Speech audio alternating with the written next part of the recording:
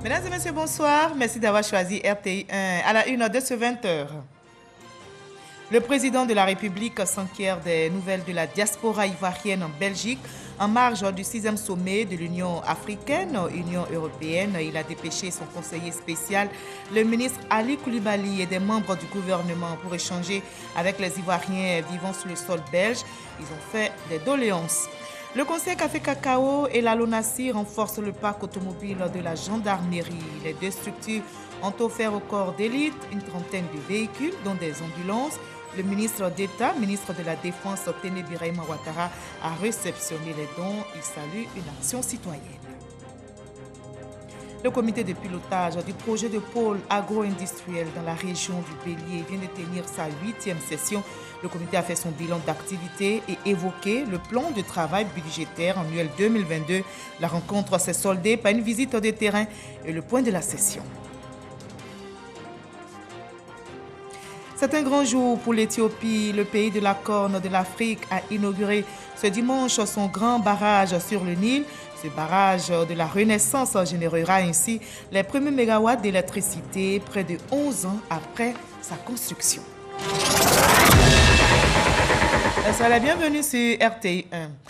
Comment se porte la diaspora ivoirienne en Belgique? Le président Alassane Ouattara a voulu en savoir davantage. Eh bien, en marge du 6e sommet UAUE auquel il a pris part à Bruxelles, il a dépêché son conseiller spécial, le ministre Ali Koulibaly, et des membres du gouvernement pour échanger avec les Ivoiriens vivant sur le sol belge. Ces derniers ont fait des doléances, nous explique Viviane Aïmé. Forte de 5000 résidents, la communauté des Ivoiriens de Belgique est l'une des communautés importantes de la diaspora ivoirienne. C'est une importante délégation de cette communauté des Ivoiriens de Belgique qui a pris part à la rencontre avec le conseiller spécial auprès du président de la République, le ministre Ali Koulibaly, qui représentait le président de la République, Alassane Ouattara. Vous remerciant au nom du chef de l'État, mais aussi au nom de cette importante délégation, pour vous être déplacé ce soir, pour accueillir le chef de l'État, notre président à nous tous, qui est le président de tous les Ivoiriens et qui fait tout ce qu'il peut pour redonner à notre pays tout le lustre qu'il avait acquis. Et maintenant, vous voyez, au bout d'un certain nombre d'années, tout ce qui a été fait dans notre pays. Et nous sommes fiers de l'action du président de la République.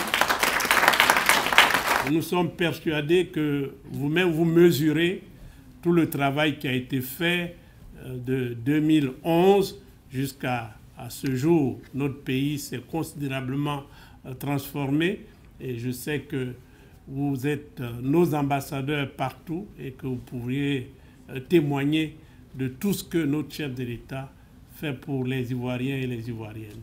L'occasion était propice pour ces résidents ivoiriens en Belgique pour soumettre leurs doléances. Nous n'avons pas un point focal où se retrouver très souvent pour une programmation culturelle, pour intégrer véritablement la communauté par rapport aux difficultés que nous connaissons. Donc vous comprendrez que notre besoin soit en tout cas aujourd'hui principalement l'acquisition d'un bien immobilier qui résoudra énormément de problèmes au niveau de la communauté. Ça c'est la demande principale. Et en deuxième doléance, c'est que le gouvernement du chef de l'État a pris des décisions depuis 2017 concernant les véhicules d'importation. Ce que nous soumettons ici comme doléance, c'est de pouvoir assouplir cette mesure-là, vu que la Belgique est une plaque tournante des véhicules d'importation. C'est une filière économique à part entière en Belgique et cela a impacté énormément bon nombre de nos concitoyens ici. La rencontre s'est déroulée dans une ambiance fraternelle et conviviale. En Côte d'Ivoire, la sécurisation se renforce. L'armée a reçu du matériel roulant. C'est un don du Conseil Café Cacao et de la LONASI qui marque ce geste pour renforcer le parc automobile de la gendarmerie nationale. Les deux structures ont offert au corps d'élite une trentaine de véhicules, dont des ambulances. Le ministre d'État, Téné Birahima Ouattara, salue une action citoyenne, dit Abou Sanogo. Le Conseil Café Cacao et la LONASI apportent un appui opérationnel et logistique aux armées et à la gendarmerie nationale. et l'appui entièrement dédié à la mobilité terrestre est constitué de 3 pick-up et 3 ambulances offertes par la LONASI et 20 pick-up et 8 véhicules de transport troupes offerts par le Conseil Café Cacao. Un geste qui vient renforcer les capacités des armées et de la gendarmerie nationale dans l'accomplissement de leur mission de sécurisation. La remise de ce jour revêt donc un caractère particulier parce qu'elle est en lien direct avec la défense nationale de notre pays et naturellement cela confère une nouvelle dimension à l'action sociale de la LONASI. Le Conseil du Café Cacao, au service des producteurs, est aux côtés de nos forces de défense et de sécurité afin d'accroître leur capacité d'action pour garantir aux braves acteurs de la filière café-cacao une quiétude et un environnement de travail sécurisé. En réceptionnant les clés de ces matériels roulants, le ministre d'État, ministre de la Défense Téné Birema Ouattara, a exprimé sa gratitude aux donateurs pour cette action citoyenne qui vient renforcer les capacités de mobilité des armées et de la gendarmerie nationale. Je voudrais, au nom de l'ensemble des forces armées de Côte d'Ivoire, remercier ces bienfaiteurs qui, de par leurs actes, prouvent leur adhésion à l'engagement de nos unités dans la lutte contre le terrorisme et la grande criminalité. Les dons que nous recevons aujourd'hui viennent soutenir les efforts inlassables que le chef de l'État et le gouvernement ne cessent de fournir pour renforcer le potentiel opérationnel de nos armées. En termes tactiques, cela constitue une capacité d'emport de 390 personnels qui pourront être engagés simultanément sur le terrain. Au plan médical, une prise en charge pourra permettre un transfert rapide sur un plateau technique supérieur. Et en bref, notez cette très bonne nouvelle au niveau de la filière cajou. La Côte d'Ivoire, notre pays, occupe désormais la 3e place en exportation. Dans la région du Bélier, le comité de pilotage du projet de pôle agro-industriel était en réunion. Cette 8e session a été ponctuée par plusieurs activités. Le comité a fait son bilan et évoqué le plan de travail budgétaire annuel 2022. La rencontre s'est soldée par une visite de terrain que vous allez voir et également le point de la session nous rapporte à Kader Sogodogo. 80 milliards de francs CFA, c'est la somme mobilisée par l'État de Côte d'Ivoire et la Banque africaine de développement, BAD, pour la mise en œuvre du projet de pôle agro-industriel de PAI Bélier. Accroître la sécurité alimentaire et nutritionnelle de population à travers leurs productions agricoles qui seront modernisées et transformées. L'environnement rural n'est pas en reste. Écoles, centres de santé, eau, électricité, routes, etc. 5 années après le lancement, les choses avancent. On est pratiquement à 50% d'exécution du projet de PAI Bélier.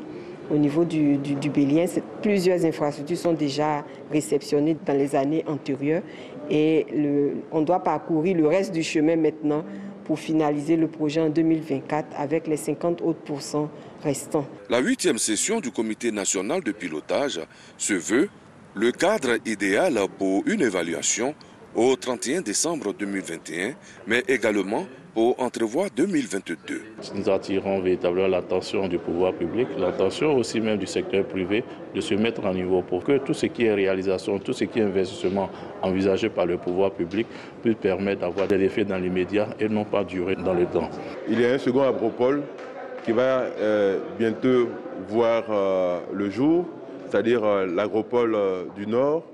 Pour les autres agropoles, nous en avons 4 autres qui sont en discussion. Nous continuons toujours nos efforts pour pouvoir avoir les financements nécessaires pour que toutes les localités prévues dans le cadre de la mise en œuvre des agropoles puissent effectivement voir le jour. Le 2 PAI Bélier couvre le district de Yamoussoukro et les départements de Didievi, Djekanou, Tiebissou et Toumoudi. 6 filières, riz, maïs, manioc, porcine, poissons et maraîchers. Et l'un du terrain agricole en politique, la génération active du RHDP a fait sa sortie officielle. L'événement a eu lieu au centre culturel Jacques Aka de Boaké. Une conférence a été dite. Claude Saï Soumoro, chef de cabinet du président de la République, a planché sur la Côte d'Ivoire sous la gouvernance d'Alassane Ouattara. Quels atouts? Témoignage signé Soro Corona. La Côte d'Ivoire sous la gouvernance d'Alassane Ouattara. Quel atout? Tel est le thème de la conférence prononcée par Claude Saï Soumaoro, chef de cabinet du président de la République. C'était à l'occasion de la sortie officielle de la génération active du RHDP, Rassemblement des oufouettistes pour la démocratie et la paix. Claude Saï a édifié les militants du RHDP sur les progrès réalisés par la Côte d'Ivoire sous la gouvernance du président Alassane Ouattara. Le véritable atout de la Côte d'Ivoire, c'est le président Alassane Ouattara. Ce ne sont pas les œuvres qu'il a faites, parce que les œuvres, il les fera et il en fera encore. Mais c'est la vision qu'il porte, c'est l'idéal qu'il porte. Alassane Ouattara est un homme d'État. Le président des générations actives du RHDP entend contribuer de manière significative à la promotion des actions du chef de l'État. C'est visuel. Les 4 points cardinaux de la Côte d'Ivoire sont achetés. Aujourd'hui, nous voyons la Côte d'Ivoire en train d'émerger à travers les infrastructures macroéconomiques. Je crois au président de la République et soutenir toutes les actions de développement pour qu'on puisse consolider nos acquis.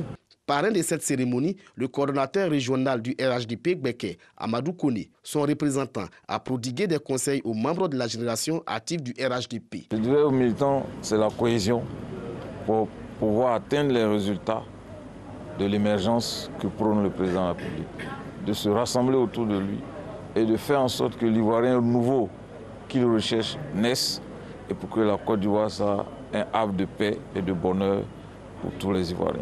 La génération active du RHDP, Rassemblement des oufouettistes pour la démocratie et la paix, revendique plus de 5000 membres.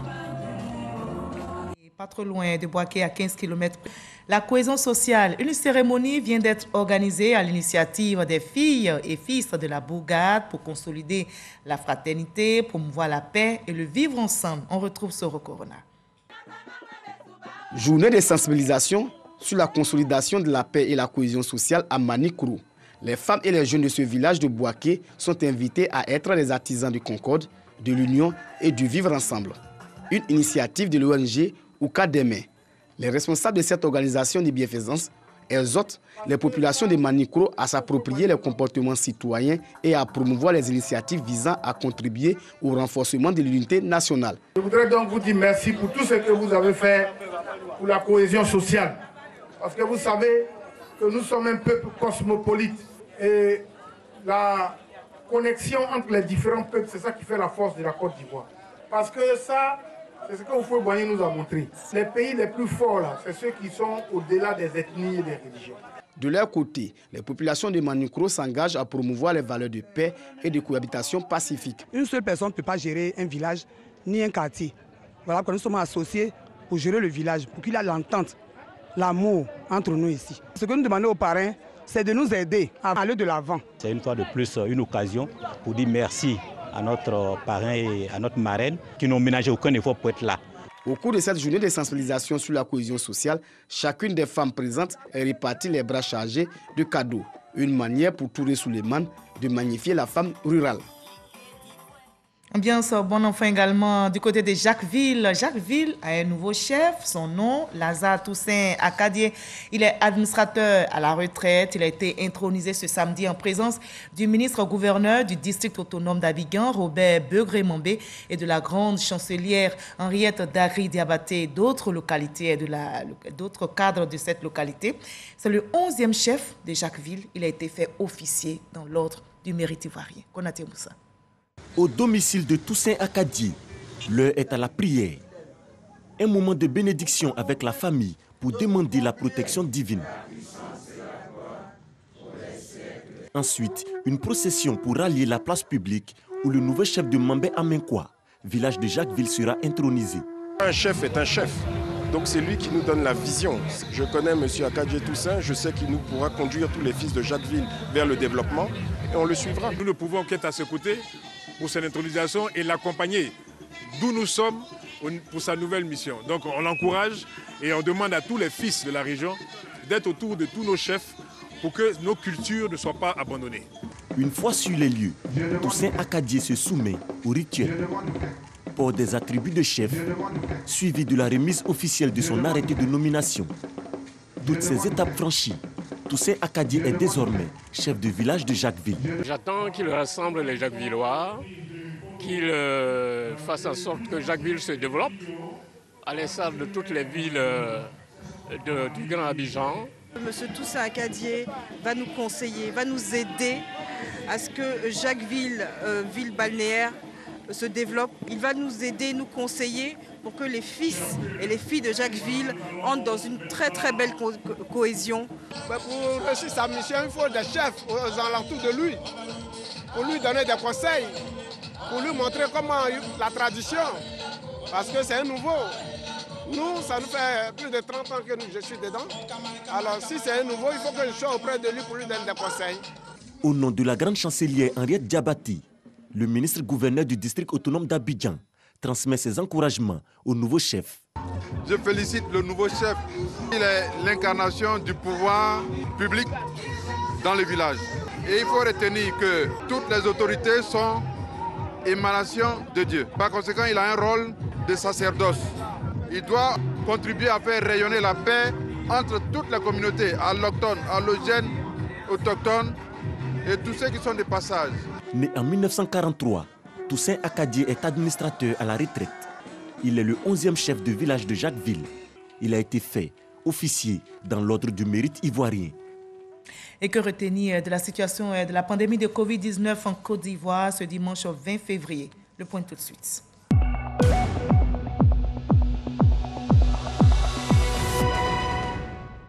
Ce dimanche 20 février, la Côte d'Ivoire enregistre 21 nouveaux cas de Covid-19, 78 nouvelles guérisons et 0 décès. À la date du 20 février 2022, la Côte d'Ivoire, notre pays, compte donc 81 367 cas confirmés, dont 79 263 personnes guéries, 791 décès au total et 1304 cas actifs. Faisons-nous tous vacciner. Allez, on ne baisse pas la garde dans la lutte contre le coronavirus. Dans les régions, on retrousse les manches pour venir à bout de ce virus mortel.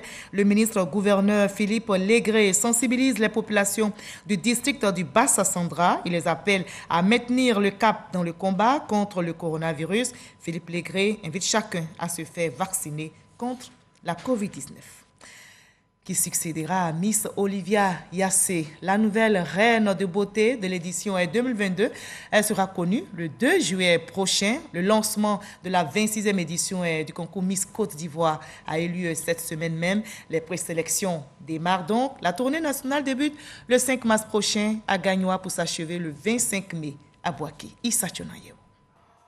Qui succédera à Olivia Yassé? Réponse le 2 juillet 2022, lors de la finale du concours de beauté au Sofitel Hôtel Ivoire. L'information a été donnée par Victor Yapobi, président du comité Miss Côte d'Ivoire, au cours d'une cérémonie de lancement à Abidjan. Cette année, au dire des organisateurs, un accent particulier sera mis sur les potentialités intrinsèques et individuelles des candidates. Depuis des années, on fait passer des tests psychologiques à toutes les candidates, surtout pendant la mise au vert. Cette année, on va les encadrer et développer dans chacune d'entre elles ce qu'elle peut ressortir de mieux. Cette 26e édition de Miss Côte d'Ivoire va s'intéresser à l'usage des réseaux sociaux.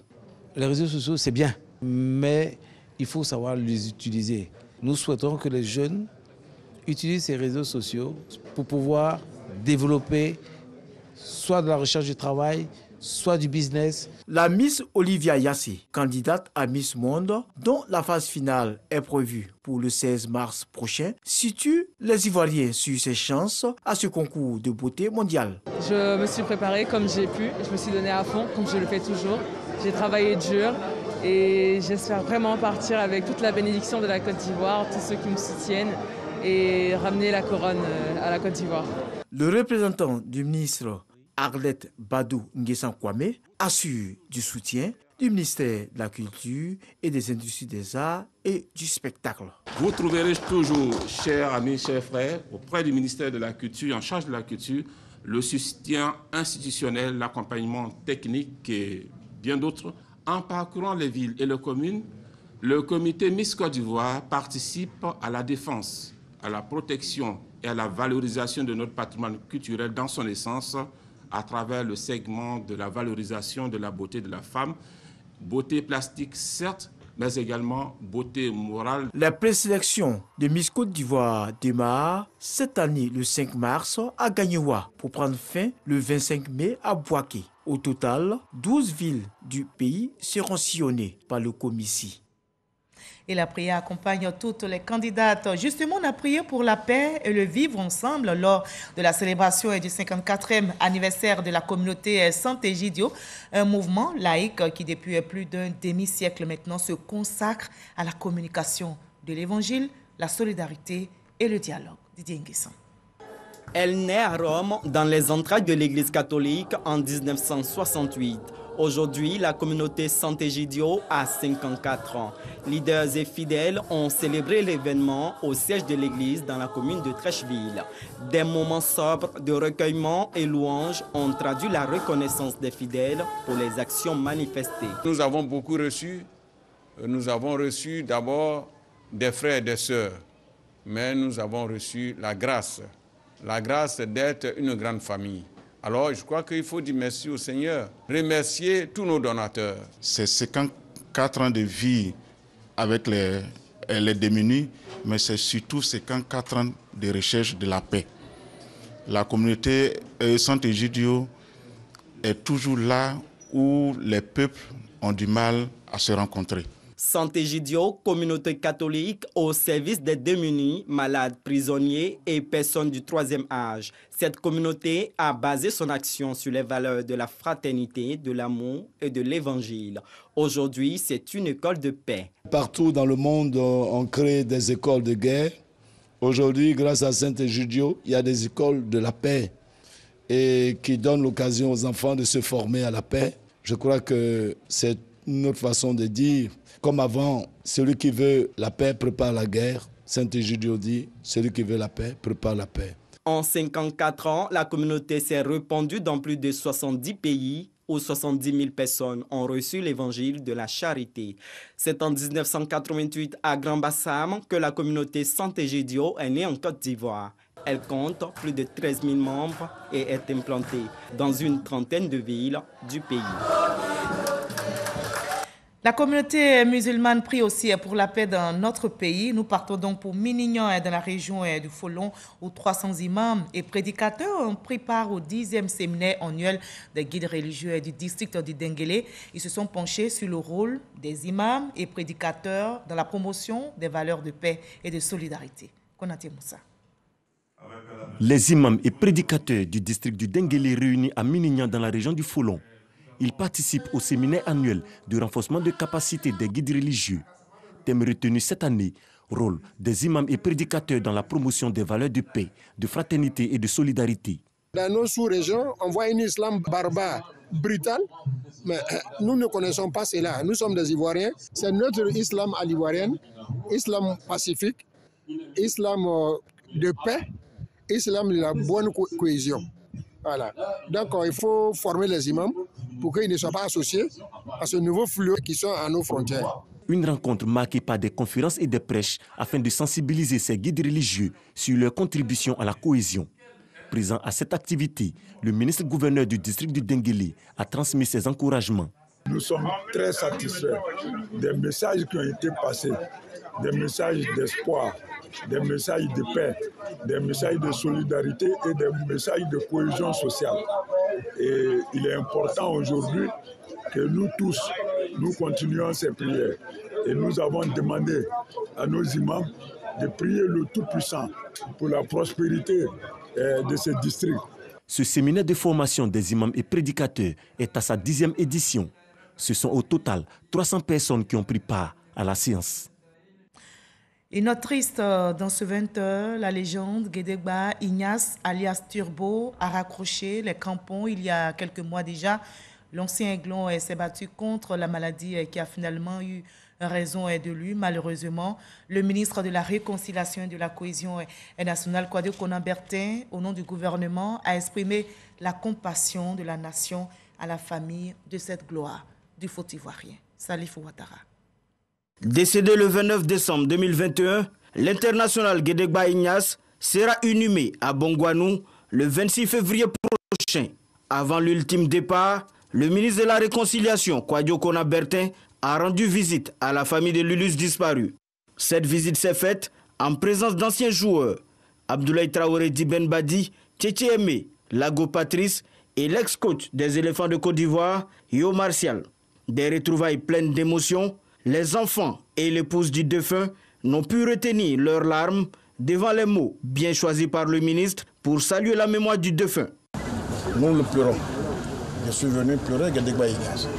Saluer son épouse, saluer ses enfants, prendre ma part de deuil, les encourager, les fortifier.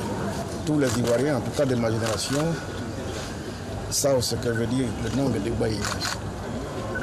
Grand footballeur, talentueux, qui a aidé à écrire les lettres de noblesse pour notre football en Côte d'Ivoire. Le ministre de la Réconciliation a invité par la suite les parents et amis à s'impliquer dans l'organisation des obsèques pour rendre un vibrant hommage à cet homme qui a tout donné pour la révolution du football ivoirien. Avant de quitter la famille, Kwadjo Kona-Bertin a offert une enveloppe symbolique pour l'organisation de ces obsèques qui se dérouleront dans le Moronou, précisément les 25 et 26 février, dans la localité de Bongouanou. Et ainsi va la vie. Dans le magazine du dimanche au 13h présenté par Hamza Diaby, nous en avons appris sur le métier de contrôleur aérien, un métier indispensable pour la fluidité de l'espace aérien, un métier stressant mais passionnant. Le président de l'association des contrôleurs aériens de Côte d'Ivoire, Sungalo Sissé, était l'invité. Voyons un extrait de leurs échanges. Le contrôleur aérien, il faut savoir que c'est un professionnel hautement qualifié qui est issu d'un recrutement très sélectif et qui a pour rôle dans le domaine de l'aviation civile de réguler le flux du trafic, mais aussi d'assurer la séparation entre avions et obstacles afin de prévenir tout accident. Il faut être évidemment dans un bon état d'esprit et c'est pour cette raison que nous, au sein de notre association et nous avons d'autres organisations, nous nous battons pour que les exigences ou les normes internationales ou habituelles puissent vraiment être appliquées pour nous, les contrôleurs aériens en Côte d'Ivoire, afin que, malgré notre esprit de professionnalisme, nous puissions mener à bien ce travail qui demande beaucoup de concentration, mais aussi qui a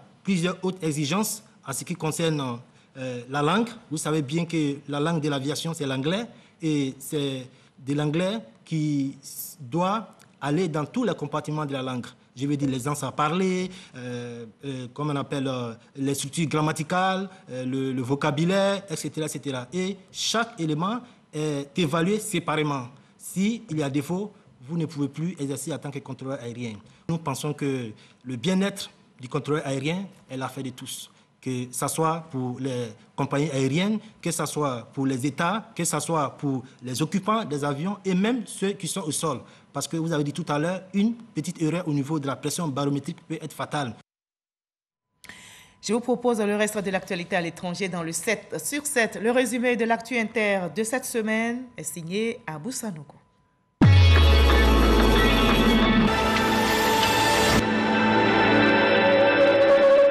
Le ministre français des Affaires étrangères, Jean-Yves Le Drian, s'est exprimé sur le rapatriement des familles de djihadistes détenus dans des camps du nord-est de la Syrie. Il a réaffirmé son intention de rapatrier uniquement les enfants de djihadistes français, mais exclut tout geste similaire pour les adultes. Le chef de la police d'Ottawa, Peter Slowly, a démissionné mardi au 19e jour de l'occupation du centre-ville de la capitale fédérale par des manifestants anti-mesures sanitaires. Peter Slowly était très critiqué pour sa gestion de la contestation et notamment pour avoir laissé s'installer les camions en plein cœur de la ville, devant le Parlement et sous les fenêtres du bureau du Premier ministre Justin Trudeau. Le lieutenant-colonel Paul-Henri Sandaogo Damiba a été investi mercredi président du Burkina Faso par le Conseil constitutionnel, 3 semaines après avoir pris le pouvoir par un coup d'État. La France et ses partenaires européens ont officialisé jeudi leur retrait militaire du Mali après 9 ans de lutte anti-djihadiste. Cette situation conduit les autres acteurs étrangers présents dans le pays à s'interroger ouvertement sur leur engagement. Renversé par un coup d'État le 5 septembre 2021, l'ancien président Alpha Condé est parti suivre des soins médicaux aux Émirats arabes unis. Mais depuis un mois, ni les conseillers d'Alpha Condé, ni son parti ou les acteurs de la classe politique n'ont d'informations sur ce séjour médical. Un silence qui inquiète le Front national pour la défense de la Constitution qui estime que le CNRD a l'obligation de communiquer sur le séjour de l'ex-président. Au moins 14 personnes ont été tuées, parmi lesquelles des responsables politiques et locaux dans un attentat suicide revendiqué par les djihadistes Shebab samedi dans un restaurant dans le centre de la Somalie, où devaient se tenir prochainement les élections. Le pays a lancé ce dimanche 20 février la production électrique du grand barrage de la Renaissance situé sur le Nil. Le projet avait été lancé en 2011, provoquant un contentieux avec l'Égypte et le Soudan, deux pays tributaires du fleuve pour leurs ressources. Accompagné de nombreux hauts fonctionnaires, le Premier ministre éthiopien Abiy Ahmed a effectué une tournée dans la centrale électrique et a cliqué une série d'interrupteurs sur un écran électrique pour déclencher la production. Le grand barrage de la Renaissance est long de 1,8 km et haut de 145 mètres.